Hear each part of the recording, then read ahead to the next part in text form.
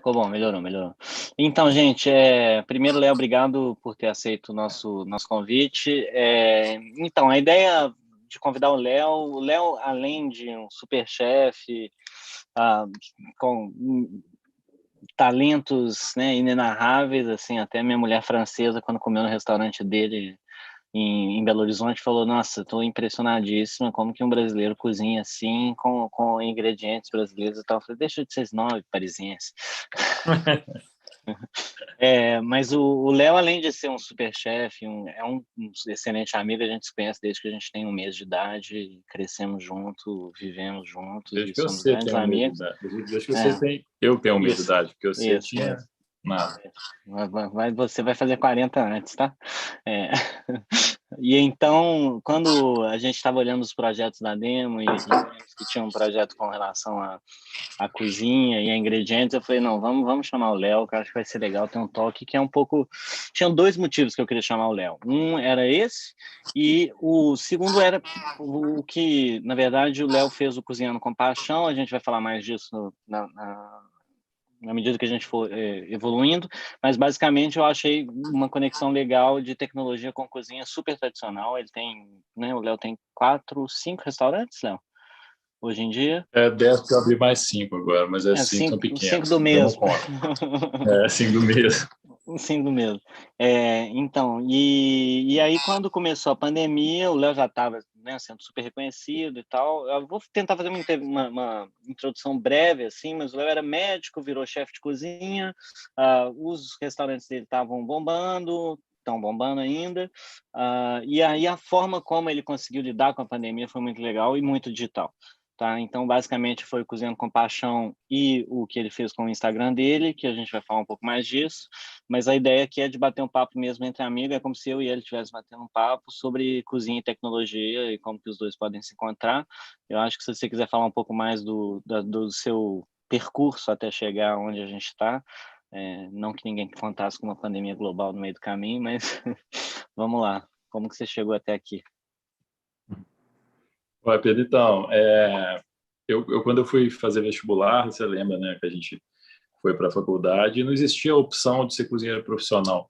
As opções vocacionais eram muito menores, né? A gente tinha muito menos possibilidades, assim, e sempre caía alguma coisa de arte para mim, alguma coisa assim, né, que a minha família é muito tradicional e sempre queria que eu tivesse um emprego, né? Então era um negócio assim. E aí, bom, eu fui fazer medicina, acabou que eu estudei, passei no vestibular e já no início da faculdade eu sabia que aquilo não era muito aquilo que eu queria fazer, mas enfim, era, né, aquela vida preta e branca assim de ter um bom emprego e tentar seguir e sobreviver assim. Mas já no final da faculdade começou a aparecer as possibilidades de cozinhar profissionalmente. Assim, eu comecei, né, começaram a aparecer chefes premiados, restaurantes e tal, e coisas que começaram a surgir um pouco mais na mídia, até programas de culinária também na televisão que levantaram um pouco a gente para isso, né? Então, eu vou ter que só me dá só um segundo, não, deixa eu falar. É o povo da produção da TV. Mas aí, ai, meu Deus do céu. É porque eu achei que eu ia entrar um pouco mais cedo na live. Deixa eu só Não, avisar tudo que eu bem, vou não ter que tem demorar um problema não, pouco. avisa aí. Desculpa. Alô? Bota no mudo aí que eu explico Oi. um pouco mais sobre o que você fez. Pô, é porque, assim, a live demorou, então eu só entrei agora. Desculpa. Eu tô no meio falando aqui. Eu resolvi te atender. Tá, eu entro em contato com você, deixa. Desculpa, pronto. Tá bom, Pedro. Você quer que eu continue? Vai lá, vai lá. Não, então é isso. E eu resolvi tentar ser um cozinheiro profissional. Cozinho desde criança com meu avô, gosto muito de cozinhar e tal. Sempre foi uma coisa forte na minha vida, cozinha. Eu resolvi tentar, formei em medicina aqui em BH e fui para Paris fazer um curso de culinária. Fiquei 1 ano lá e acabou que as coisas deram certo, assim, eu era bom nisso, né? Uma coisa que pela primeira vez eu fiz bem alguma coisa na minha vida e resolvi continuar fazendo. Voltei para o Brasil e com muita luta consegui abrir um restaurante, pegando dinheiro, um banco e tudo. E aí fui multiplicando ele, ganhando bastante prêmio e abri um bar depois também. Foi muito difícil no início, mas depois a gente conseguiu segurar a onda. Os dois cresceram bem, abri uma sanduicheria. E aí eu fui chamado para participar de um programa de TV muito legal na Globo, que eu faço parte do elenco, que é um programa de um reality de culinária, que eu sou jurado e tal. E isso fez com que crescesse bem mais, aí já Mestre do programei para Sabor, abrir né? outras coisas. É o Mestre do Sabor. Eu estava até conversando com os patrão aqui. Mas aí... Manda um beijo pro Boni. aí Aí, bom, então, quando eu estava no passado gravando o Mestre Sabor lá no Rio, né, foi declarado pandemia. Eu lembro no início do ano já estava, né, aparecendo essa história, mas ninguém sabia muito bem o que ia acontecer. E eu, como médico também, acaba que eu sou formado mesmo, né? Eu formei mesmo em medicina, então fiquei com muito medo, tal. Fechamos tudo e fiquei esperando o que ia acontecer. E essa primeira quarentena foi uma quarentena um pouco difícil, assim, né? Todo mundo ficou parado e ninguém sabia o que ia acontecer, então realmente ninguém saiu de casa, não teve aquela coisa assim, não, né, começa a entrar na fase amarela, fase verde, fase vermelha, abre, fecha, abre. Ficou assim, esperando tudo resolver de repente, né, e a gente foi uns 6 meses fechado, talvez um pouco mais até. BH, a nossa cidade foi bem dura com isso. Eu fiquei um tempo parado pensando o que eu faria e eu resolvi. Eu já tinha uma quantidadezinha boa de seguidor no Instagram, não muito, mas já tinha aparecido na TV uma vez. Só, E rapidinho, só tinha... interromper um segundo, só para. O Cozinhando com Paixão veio antes do Instagram, o Instagram veio antes do Cozinhando com Paixão, só para entender onde você está indo O aqui. Instagram veio antes. O Instagram veio Então antes. tá, então vamos lá, vamos Cozinhando embora. com Paixão veio no. Eu vou contar Vamos lá, quando vai ele ser legal, vai apareceu. ser legal. É porque vai E ser, vai aí ser eu onde a fui. gente vai chegar na conexão de tecnologia com cozinha. Então, assim, É. vamos lá. Então eu comecei primeiro, as pessoas elas tiveram um contato, elas se conectaram muito com a família e a cozinha, né, nesse momento, assim, porque não tinha como você comer na rua, você comer fora, muita gente nem estava fazendo delivery, e a gente estava todo mundo com medo de pegar doença, ninguém sabia se pegava no delivery, se não pegava, se pegava no supermercado, então realmente foi um negócio, assim, ninguém saía de casa, era um negócio tenso pra caramba, e o povo começou a cozinhar, né? O povo começou a cozinhar em casa, até gente que nunca tinha cozinhado começou a cozinhar em casa. Eu. E aí eu comecei a cozinhar para minha família e falei, bom, eu vou ensinar a turma a fazer da minha forma. Eu enxergo tudo para mim é um algoritmo, assim. Então a minha forma de cozinhar também. E acaba que eu acho que eu cozinho de uma maneira muito simples. Eu acabo que eu consigo chegar num resultado muito bom, assim. Talvez o sucesso dos meus restaurantes seja esse. Meus restaurantes eles são todos a minha cozinha é completamente segmentada, separada. E a gente junta tudo no final, tudo segue um processo muito rígido e firme, assim, que funciona como um algoritmo totalmente repetitivo, assim, sabe? Tudo funciona assim, sempre igual, sempre feito pela mesma pessoa e sempre completamente fragmentado, assim, é tudo juntado no final só, sabe? E é assim que eu cozinho em casa, em qualquer lugar que eu vou, assim, né? Eu encaro as coisas de uma forma muito pessoal, assim, Eu né? acho que, Talvez eu falando acho um pouco. que, acho que pode ter. Eu vou fazer um adendo, professor Gilmar.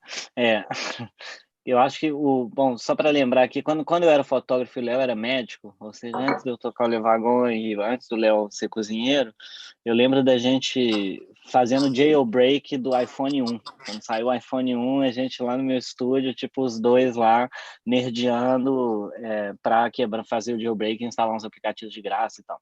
O primeiro Angry Birds, umas coisas assim.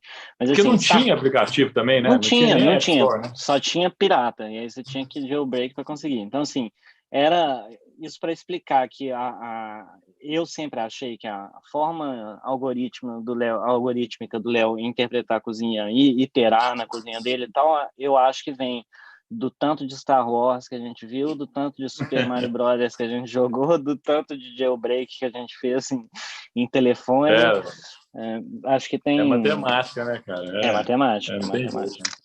né? Tudo no final das contas vira, né? Então, e as coisas funcionam muito bem, mas enfim, aí essa é a forma que eu também faço cozinha em casa. Então, né, a gente tem que fazer uma carne, beleza, a gente tem que fazer o quê? Dar sabor, existem alguns processos que vão fazer com que você dê sabor, a gente precisa de amaciar a carne para ela ter textura, a gente tem alguns processos que dão textura, a gente precisa que ela fique suculenta, e a gente precisa de fazer, a guarnição nós vamos fazer do jeito mais fácil possível, né? Você precisa de quê? De cozinhar um arroz, você tem que quebrar a pectina e hidratar e deixar no ponto certo para ele poder ficar solto. Então, assim, eu ensinei as pessoas a fazer isso de uma forma muito simples, assim.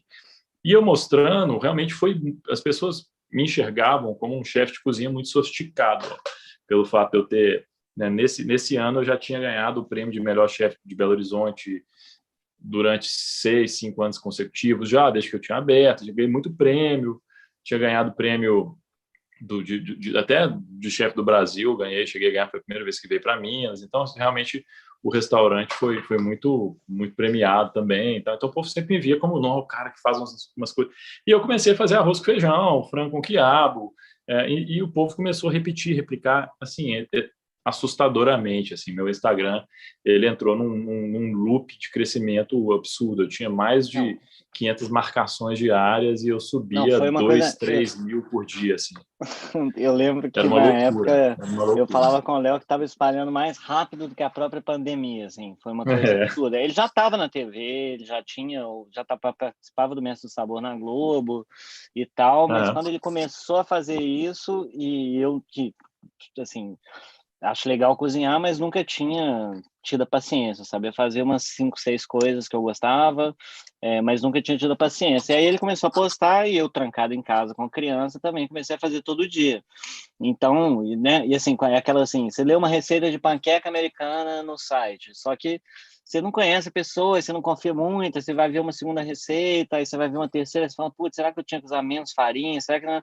E quando é uma pessoa igual o Léo é para mim, é tipo assim, eu falei, porra, eu confio 100% do cara, então tudo que ele postava, eu falava, nossa, tem que fazer esse, sei lá, eu lembro do tropeiro, ou da rabada, dos mais radicais e tal, mas foi um crescimento, eu acho que, o quê? Quando começou a pandemia, você tinha uns 100 mil seguidores, menos?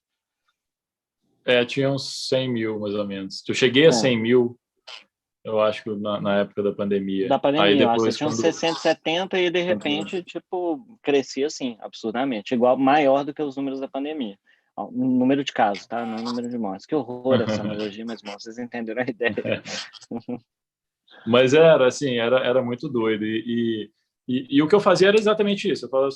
Eram stories, né, curtos, eu mostrando em cada story uma parte do processo. Para mim, cozinhar ou qualquer outra coisa complexa que a gente faça na vida é uma sequência de várias etapas simples e curtas, que se elas forem feitas corretamente, se você não errar nada no meio do processo, assim como programar, né? Quando você chegar no final, o negócio deu certo e você fez uma coisa extremamente complexa, mas na verdade é uma série de coisas extremamente simples. Então eu ensinava todas as coisas simples, uma depois da outra. Falava, ó, primeiro você vai pegar aqui e vai jogar esse azeite aqui.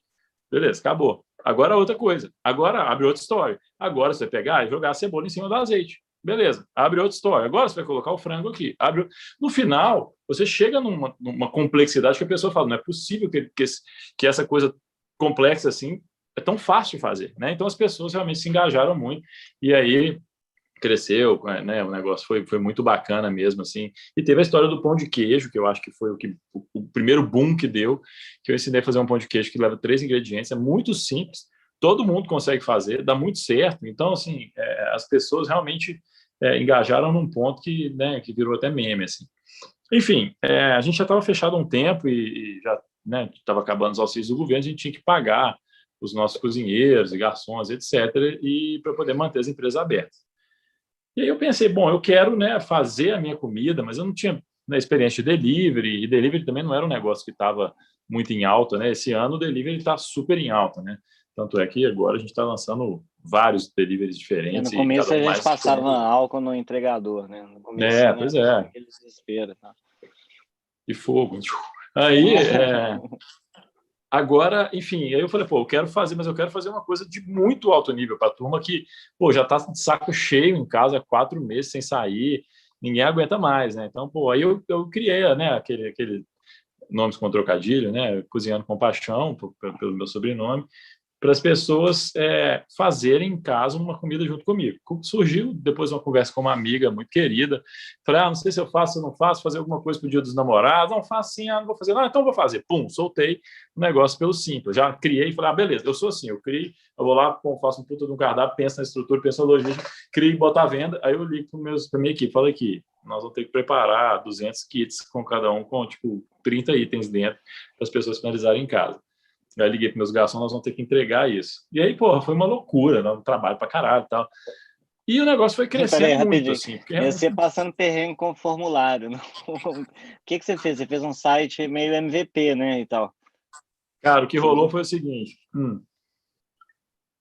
A gente estava fazendo uma live, que aí funciona assim, o Cozinhando com Paixão. O povo compra, aí, né, recebe primeiro eles recebiam, depois eles iam buscar, porque não funcionava a logística de entrega também, que era muita gente, buscavam uma sacola com todos os elementos que vão no prato, cada um de um jeito, embalado a vácuo, pequenininho, grande, isso aqui.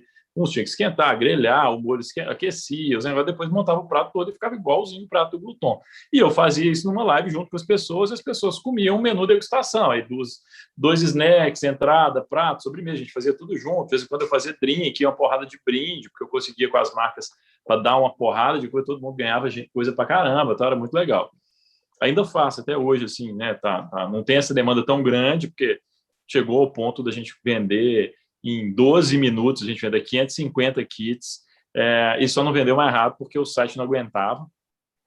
Mas a live era uma live secreta pelo Zoom, que não funcionava direito, pelo Simpla, e o povo para entrar tinha que ter um link, era um negócio muito amarrado, assim, e tinha que ter cadastrado, o link era gerado especial para a compra da pessoa, era um trem muito escroto, assim, muito escroto mesmo. Então, assim, realmente, até a gente conseguir colocar todo mundo para dentro da sala e começar a live, ficava meia hora, mó perrengue, um sofrimento danado. Eu falei, pô, esse trem não funciona, essa porra não dá certo. Tanto é que não deu. O negócio do Simpla morreu, essa parte deles aí, que eles tentavam vender de lives fechadas. Eu falei, bom, o que eu vou fazer, né? Eu peguei e eu, né, sempre fuçador, né, igual a gente sempre foi, né, Pedro? Aí eu fucei e falei, não, tem que fazer um e-commerce. Qual vai ser o e-commerce mais fácil que eu vou fazer? Minha máquina é GetNet. Entrei na loja da GetNet, criei um e-commerce, botei o trem à venda, aí já soltei, não perguntei nada para ninguém, soltei o trem à venda, já vendeu 300 kits e nenhum foi cobrado. Aí eu liguei lá, caramba, porque você tem que fazer uma autenticação do seu cartão, não sei o quê. Não é bem assim. Falei, caralho, mas o povo já comprou, não posso perder esse engajamento. Aí eu peguei o telefone de todo mundo que tinha cadastrado, joguei para o Matheus, meu gerente, falei, liga para um por um e cobra um por um dele. Aí depois aprendi, arrumei tudo. E aí eu falei, bom, vou fazer uma live fechada no YouTube. Então passei a fazer uma live no YouTube, nessa live fechada, que a pessoa só entra quando ela tem o link, mandando um QR Code para o cara, para ele poder escanear. E aí a gente fazia grupo de WhatsApp também para a pessoa, aqueles grupos fechados que ninguém fala, mas a gente mandava todas as informações por lá. E acabou que o negócio cresceu ao ponto que a gente criou uma logística muito boa também de produção e montagem dos kits. E aí a gente tinha as bolsas, então assim, a gente produzia toda a comida, aí montava os kits com um dia de antecedência, no dia de distribuição, estava tudo certinho, o negócio virou um trem azeitado, maravilhoso, assim. E foi legal porque assim, foi o recorde de faturamento do meu grupo, sabe? Assim, a gente fazendo um jantar à distância por semana, eu atingi o recorde de faturamento de todo o meu grupo junto, de quando a gente estava aberto pré-pandemia, Que loucura! com os restaurantes funcionando, vendendo bebida e vendendo tudo. A Que gente bateu isso? algumas vezes o recorde. Algumas vezes. Isso só não vendia mais porque não tinha onde vender. Se eu fosse para vender 3 mil, vendia 3 mil. A gente não conseguia produzir. A gente chegou ao ponto de fazer 550, 600 kits aí, cada kit sei lá, com 40 itens dentro do kit, assim, imagina, era tipo, sei lá, 25 mil itens. E aí a gente conseguiu já fazer um com 25 mil itens sem nenhum erro, sem faltar nada. Porque eu deixava toda a estrutura pronta, né? Assim, todo mundo recebia o kit, ia para casa, o kit cheio de coisa lá dentro. Pô, faltou um camarão, né? Faltou um molho de não sei, faltou uma erva, né? Porra, velho, não faltou a erva, o cara não tem, né? Então, pede pro vizinho aí. A gente tinha uma estrutura muito, muito, muito boa de montagem, conferência e tal, que a gente conseguiu fazer de forma que o negócio segurou bem, assim, sabe? A demanda já diminuiu bem, assim, em relação ao que era antes, as pessoas já estão muito mais soltas. Nessa época, realmente, ninguém saía da rua, ninguém saía na rua. Eu percebo muito, muito claramente hoje a demanda por delivery, sabe? Pois é, isso eu ia chegar nesse ponto também. Eu lembro, eu não tenho ido muito a BH, quando eu vou nos restaurantes do Léo, eu tento pedir. No começo tinha um iFood, eu pedi uma vez, eu acho, 2 no iFood, não deu muito certo e tal, não. Depois eu sei que você passou por Rappi, agora nessa parte, como é que tá isso? Como que funciona essa negociação, na verdade? E como que você vê... porque assim, eu acho que o Cozinhando com Paixão já mostrou que é uma coisa que tem um potencial enorme, que pode ser escalado e tal, né? E do outro lado, você está fazendo essa experiência agora, pelo menos pelo que eu tenho acompanhado, de delivery via aplicativo e tal, com restaurantes que você não fazia delivery antes. Como é que é essa relação? Como é que tá? Como que você Então, bom, enxerga isso? a RAP me procurou para fazer um investimento. Então, assim, eles realmente fizeram um investimento bom para poder levantar também um pouco de marketing, porque eles têm um market share baixo aqui na cidade. E para mim não tem problema, assim, eu consigo direcionar o cliente, então não dependo deles para poder vender. O que acontece é que eu não acredito que a gente é comércio. Eu acho que restaurante, bar, o que for, porque, pô, beber uma cerveja, você bebe. Eu estou bebendo uma cerveja em casa, eu comprei, né, e bebo. Então, se você vai no bar, você vai beber a mesma cerveja. Pô, por que você não está tomando a porra da cerveja em casa? Entendeu? Vai pagar 3 vezes o preço dela. Pô, porque você está tendo uma experiência ali. Então, né, restauração não é comércio, é prestador de serviço, né? Então, a gente presta um serviço de experiência. E eu acredito que a única coisa que eu tenho de diferente, né? Porque no fundo, a minha comida é boa, ela vai num padrão bom, mas ela tem padrão também, ela não oscila o padrão. Mas muita gente faz comida boa. Então, o que eu tenho de diferente mesmo é tudo que eu proporciono para a pessoa dentro da experiência. E realmente é difícil você competir nesse ponto, assim. Então, a gente tem uma equipe muito boa. Então, a primeira coisa que eu pensei o delivery precisa de ter uma experiência, né? Ele tem que ser uma coisa completamente diferente do que a pessoa receber uma porra de uma quentinha em casa, por necessidade, né?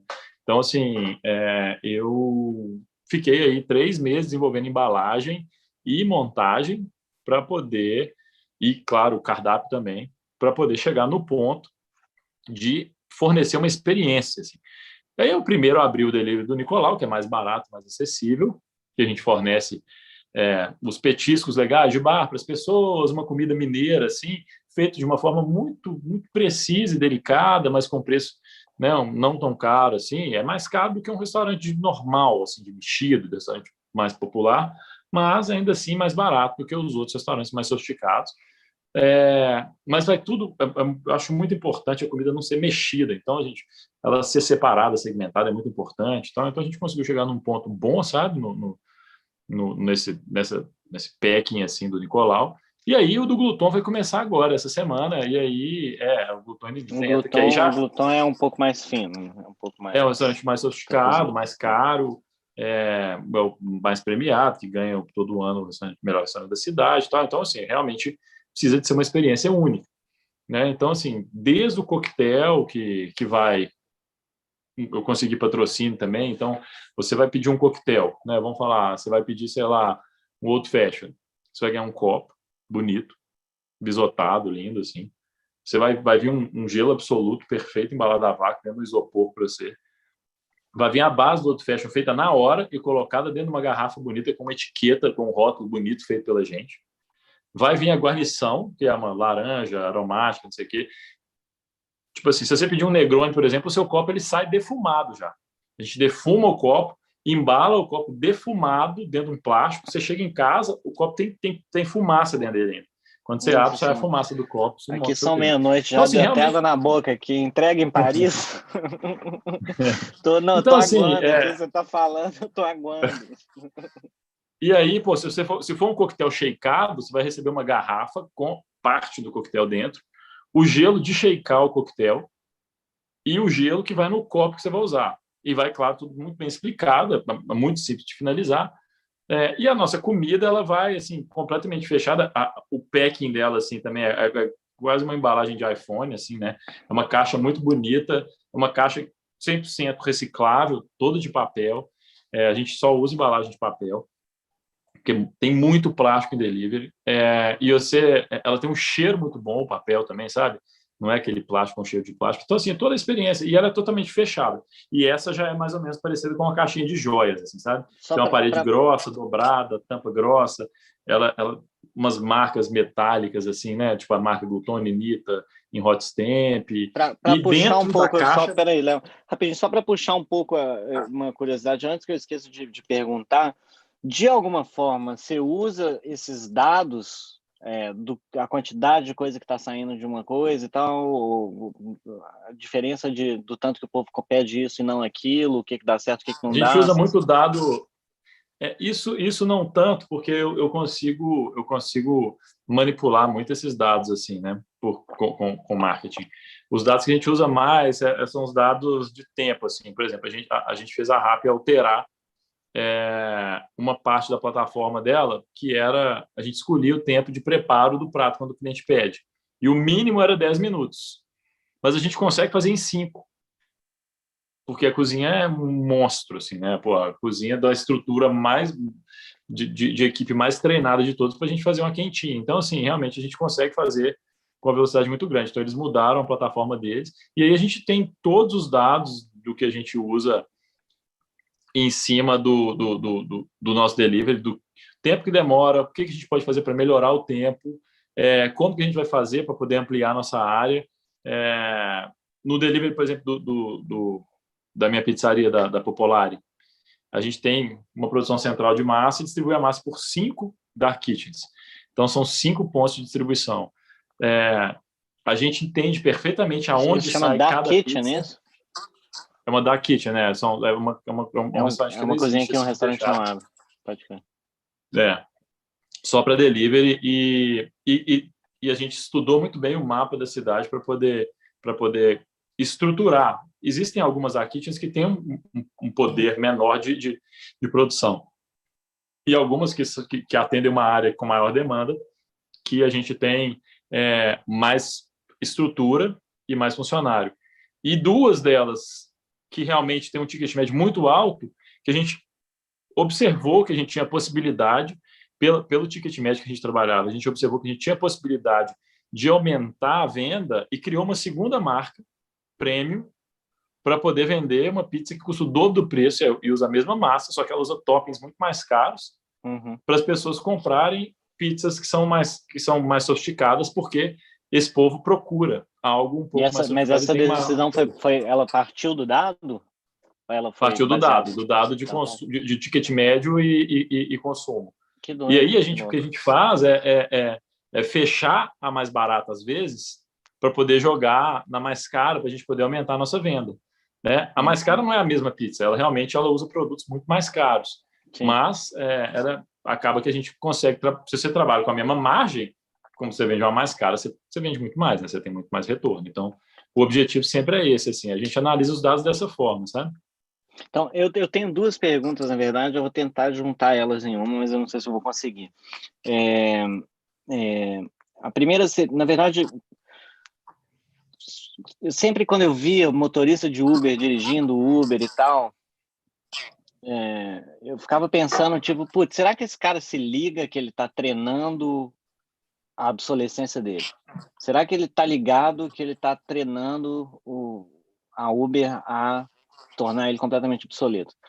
E aí sempre pensava nisso, aí meu irmão é cirurgião, aí, né, primo do Léo também, aí ele chega para mim e fala, puxa, os robôs, eu tô operando muito com robô, e é muito louco, porque aí o robô grava, porque o robô isso e tal. Aí eu falei para ele a mesma coisa que eu falava para o Rubio, falava assim, Matheus, você já pensou que você está treinando a sua obsolescência e tal? E aí, bom, e tudo isso vai chegar no ponto que meu pai mora na China e outro dia ele me manda uns vídeos de uns robôs preparando comida. Óbvio que toscaço, assim, parece aqueles robôs meio ficção científica fazendo um hambúrguer mega tosco e tal, com carne de criança chinesa, né, quase, tipo, fazendo uns hambúrgueres e tal, assim. Você acha que... Porque, assim, o que eu ficava pensando era, assim, vendo as suas receitas tão organizadas e tão bem pautadas e tal, com processamento de linguagem, né, NLP, e um pouco de processamento, você já consegue interpretar completamente os seus vídeos, por exemplo, sabe? Você já consegue ler aquilo ali. Fácil. Eu acho então, legal, mas provavelmente eu ia ser dono de um dos robôs, então... O negócio é comprar o robô antes, né? Eu ia comprar o robô, certamente. Antes. Mas assim, o que eu queria te perguntar, na verdade, é o que você vê de movimento, assim, o que você já viu, o que você vê de movimento que possa, né, disrupt a culinária, a cozinha como a gente conhece e tal. Você acha que tem alguma coisa que já ameaça, ou tem alguma coisa que, assim, qual que é o... Eu acho que tem 2 caminhos muito claros. Acho que 10 anos, 20 anos, 50 anos. Vai. Eu acho que é muito claro hoje 2 caminhos na cozinha. O primeiro deles é uma coisa que que é muito delicada, que é a arte envolvida no processo de cozinhar, algo muito artesanal, que caminha cada vez para o mais artesanal possível, assim, né? E essa, talvez uma cozinha até um pouco autoral, igual eu trabalho, assim, e essa é uma cozinha que realmente ela vai ser sempre feita por pessoas, assim, uma cozinha, né, mais sofisticada, tal. Essa realmente ela vai ser feita por pessoas. A mesma coisa você falar, não, a arte vai ser feita por robôs, assim. Eu tava afim Né? de falar Assim, disso, eu não tava achando um buraco para enfiar isso no meio, mas sobre NFT e tal, mas depois vamos lá, continua aí. mas NFT não é feito por robô. NFT Não tem uns. é feito por pessoas, pô. Até onde a gente sabe. Tem uns que não, tem uns que são feitos por robôs e tal, e que tá dando tão certo quanto os que estão sendo feitos por pessoas, assim. A minha fascinação do momento é isso, assim, NFT. E é um bom exemplo, assim, que eu ia te perguntar se você já pensou em vender uma receita em NFT, por exemplo. Não saberia nem como fazer, assim, vender uma receita em NFT. Eu cobro uma comissão pequena. Mas, assim, então, o caminho autoral cara, e o caminho, você acha que tem... É um caminho. Sei lá, outro dia eu outro abri caminho... Uber Eats aqui, tinha o Alan Ducasse fazendo entrega no Uber Eats. Não, tudo bem, existe a entrega. Tá tudo fechado, o cara tem que vender, mas, assim, normal, cara. Eu acho que o outro caminho é o caminho de alimentar as massas, né? E acabar gerando uma comida que possa ser cada vez mais padronizada. Isso é uma coisa que acontece muito mais fortemente aí na França do que aqui no Brasil. Muitos restaurantes aí trabalham com comida. Tem o Metrô, que é um lugar, você não deve conhecer, porque é mais para quem trabalha na cozinha industrial. Você vai, cara, é tipo um supermercado, tipo uma macro, assim. Eu já Tudo tá fui pronto lá. pro meu casamento. Assim, é tudo pronto lá. Então, assim, cara, é uma loucura. Se você quer abrir um restaurante, você cria um menu de tudo que vem pronto e você simplesmente aquece uns pacotinhos, joga tudo em cima do prato e manda para a mesa. E o cara fala, não, bourguignon com isso, com aquilo. Não, cozinha clássica francesa, né? Tipo assim, blanquette de veau à l'ancienne, e a tarte au citron, e tudo, tá tudo pronto. Véio. Daí essa porra de ser feita por máquina, ela já é feita por máquina, uma grande parte dela. Né? Ela é finalizada, ela é aberta. Então, assim, hoje na cozinha industrial, né, você compra uma massa pronta de quiche, assim, a base já pré-assada, ela foi feita por uma máquina. Tem alguém lá jogando farinha só, tem mistura. É a história da coxinha aqui no Brasil, quase, cara. Tem máquina de fazer coxinha, cara. Você joga o negócio lá dentro, a coxinha sai pronta, quase. Então, assim, acredito sim que isso vai acontecer e com a mão de obra se tornando cada vez mais caro e mais difícil acho que esse caminho vai seguir sim, uma comida um pouco mais popular assim, e é inevitável. As pessoas vão comprar, aí vende muito mais do que aqui, mas vão comprar comida pronta. Às vezes comida pronta até já não precisa nem de resfriar mais, né? Tem uns processos tão bons aí, tipo assim, que quase não tem conservante, fica lá na prateleira 3 anos e o negócio nunca ele é embalado de uma forma que ele é esterilizado depois e nunca mais dá problema, assim. Então, me dá esperança para o apocalipse zumbi. Quer dizer, quando tiver o apocalipse zumbi, você vai lá e vai ter... Não vai precisar de comer ração de cachorro enlatada, né? Mas, igual Mad Max. Tipo isso. Aqui, vamos ver se alguém tem alguma pergunta. Acho que se alguém tiver alguma pergunta para fazer em relação à cozinha, tecnologia, Mad Max, Jailbreak iPhone 1. Alguém? Cara, o Jailbreak era bom, né, cara? Ainda tem jeito de fazer, tá ligado, né? Ah, é? Tem jeito de fazer. Eu acho que eu te apliquei o Jailbreak, hein, Pedro? Você meio que pode ser preso porque você fez, mas você pode fazer. Eu acho que eu te apliquei o Jailbreak, hein? Falei, cara, tá descobri. Eu lembro no estúdio. Eu tenho uma pergunta. Vamos, Marília. Porque, assim, uma dificuldade do nosso projeto era ter uma fonte confiável dessas combinações. Então, assim, beleza, a gente tinha uma base de receitas e a gente entende que pela ocorrência daqueles valores, provavelmente combina. Só que tem coisas que às vezes podem ser populares e que não necessariamente são combinações que um chefe consideraria boas. Sei lá, tipo, geralmente chefe fala para não usar, tipo, queijo com frutos do mar, não é? E aí tem um monte de receita que tem queijo com frutos do mar porque, sei lá, porque é popular. E aí eu queria saber se você tem alguma fonte, tipo, sei lá, uma base estruturada, tipo uma enciclopédia dos sabores, uma coisa assim, porque daí a gente também poderia incluir isso no nosso modelo, sabe? Talvez... O Ferran Driá catalogou tudo. Ele tem, tipo, um monstro, assim, de um estudo gigantesco nisso, sabe? Em cima de sabores, texturas e tudo isso. Uma coisa que eu acho que pode ser um erro seus é subestimar a química envolvida com o processo culinário. Que é um exemplo que vocês usaram aí, que eu estava assistindo no finalzinho, a mistura de azeite com açúcar. Azeite e açúcar não misturam.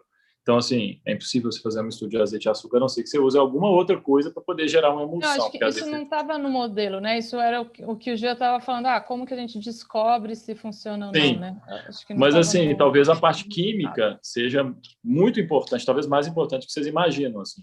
Os processos físico-químicos envolvidos com a cozinha, assim, que é algo que eu estudo muito e que eu até falo muito sobre isso, e que a gente não pode subestimar. Porque cria novos sabores, né? Às vezes um processo que você faz num frango pode criar, quando você faz aquele processo que doura, né? O frango, você está trazendo sabores que não estavam lá antes, né?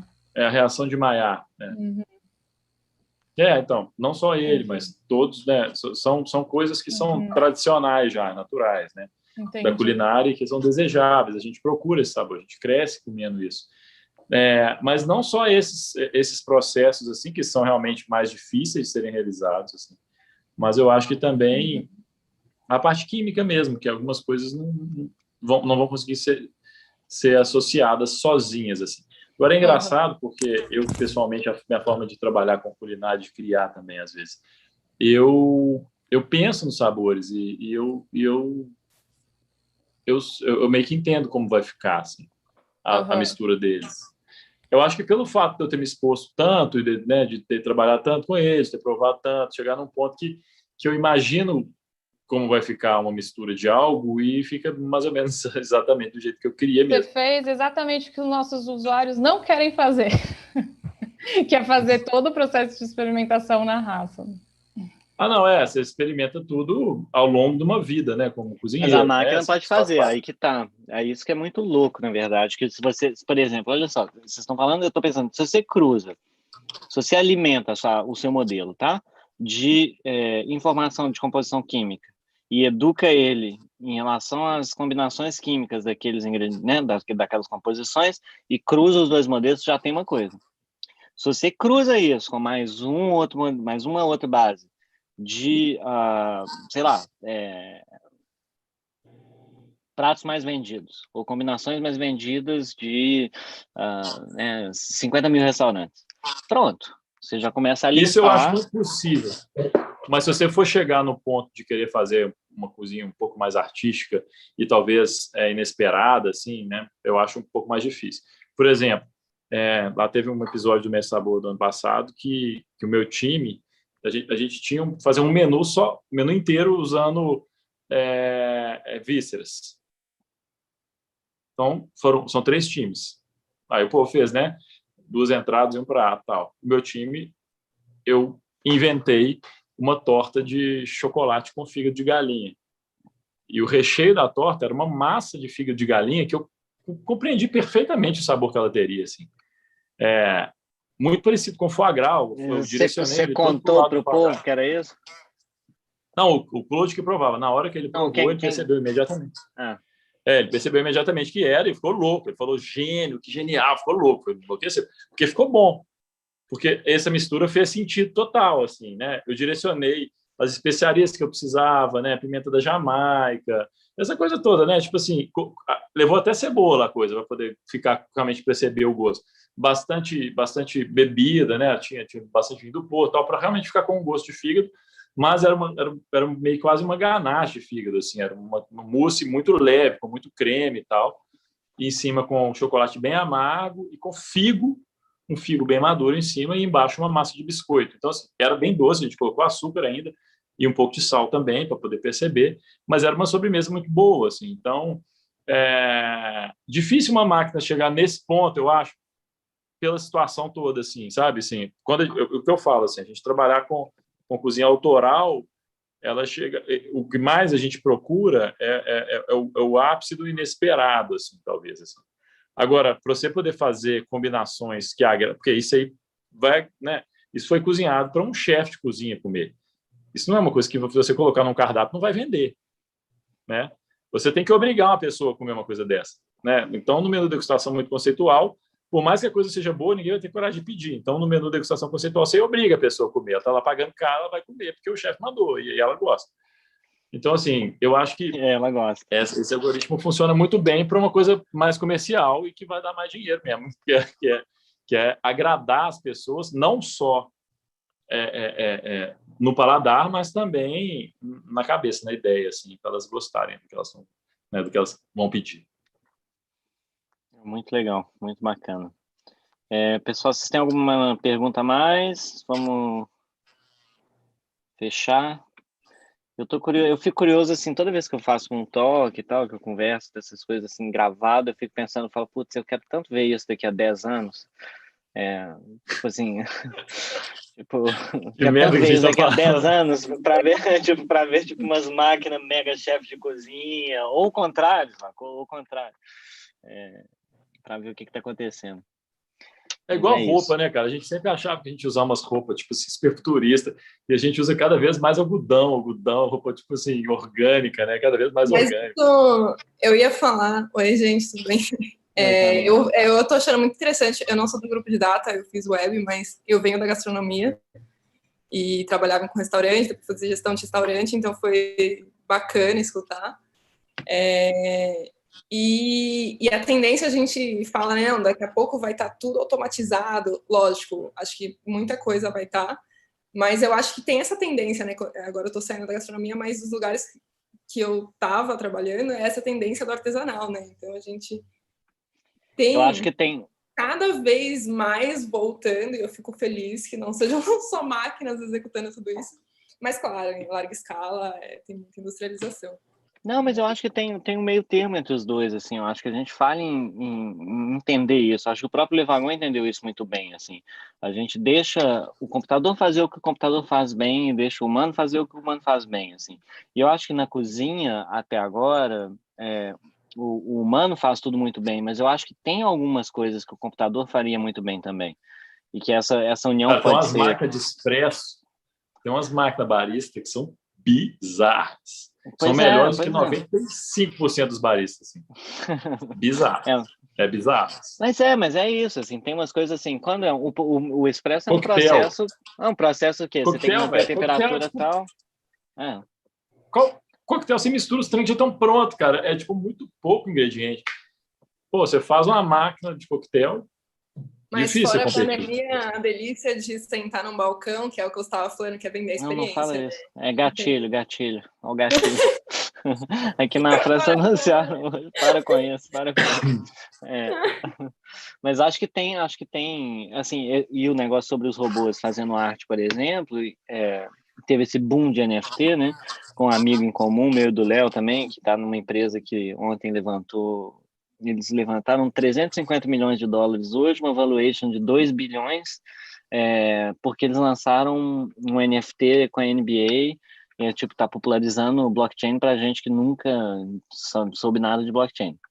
E, assim, teve o Beeple, né, que vendeu uma obra digital, só digital, por 69 milhões de dólares na Christie's há 3 semanas atrás. E aí tem um artista que chama Pax, que a Sotheby's vai vender, que ninguém sabe quem que é, que solta uns NFTs, e que ninguém sabe se é um artista mesmo ou se é uma fucking time de machine learning e inteligência artificial que está gerando as paradas. Assim, ninguém sabe. Não importa. O preço do negócio está alto, é bonito e o povo gosta. Então, assim, tá rolando no NFT esse boom, gente pagando 15, 20 mil, 50 mil, 1 milhão, 10 milhões em obras de arte que são só digitais, que você pode mandar o vídeo, a foto, ou mandar o arquivo para algum amigo, mas que você tem o NFT, que significa que você tem o registro dela na blockchain. E ninguém tá entendendo nada. E tem uns robôs fazendo sucesso. Tem uns robôs fazendo sucesso. Ali, né? O que é, ninguém sabe. O que Assim, está não por importa. trás. Não importa. Vai ter o quê? Preconceito com robô? Mas assim, o futuro O ninguém mais doido, sabe. eu acho, é o cara ser o dono do negócio, que, tipo assim, só porque ele tá registrado. Não, mas não é não, velho. Pensa o seguinte, bicho. O primeiro pôster que você comprou do Picasso ou do Van Gogh, ou, sabe? O fato de você ter o pôster do Van Gogh em casa não significa que você tem um Van Gogh em casa, né? Assim, o fato de você mandar Mas é uma diferente, foto porque o não é tão pôster, diferente. Não é tão diferente. Assim, lógico que eu tô te pedindo para dar uma a experiência de empurrada. todo mundo é a mesma quando tá com NFT. Não necessariamente. A posse muda completamente a experiência. Aí que tal a questão. Uma foto, por exemplo. Pensa numa foto, então. Você põe uma foto do Cartier-Bresson. Você compra uma cópia, uma original, é igual, velho. Eu fui fotógrafo 12 anos. A cópia e a original são iguais. Só que eu tenho umas fotos originais com assinatura atrás, que o meu prazer é que elas são originais. Beleza, você tem assinatura atrás. Não, sim, mas NFT é a mesma coisa, Mudou velho. tudo.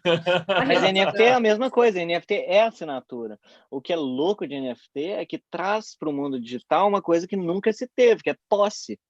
Você imagina NFT na época do Napster, na época de MP3 e tal, que começou a indústria fonográfica apavorada e tal, resolve todos os problemas que tinham naquela época. E só o que agora significa posse? Sim, sim. Sim, fica a pergunta. Aí você tem que discutir outra coisa, né? O que é vamos fazer igual minha essa analista e posse? falar assim, vamos terminar por aqui hoje? Então vamos terminar com essa pergunta por aqui. Vamos pensar nisso. Fora do corte.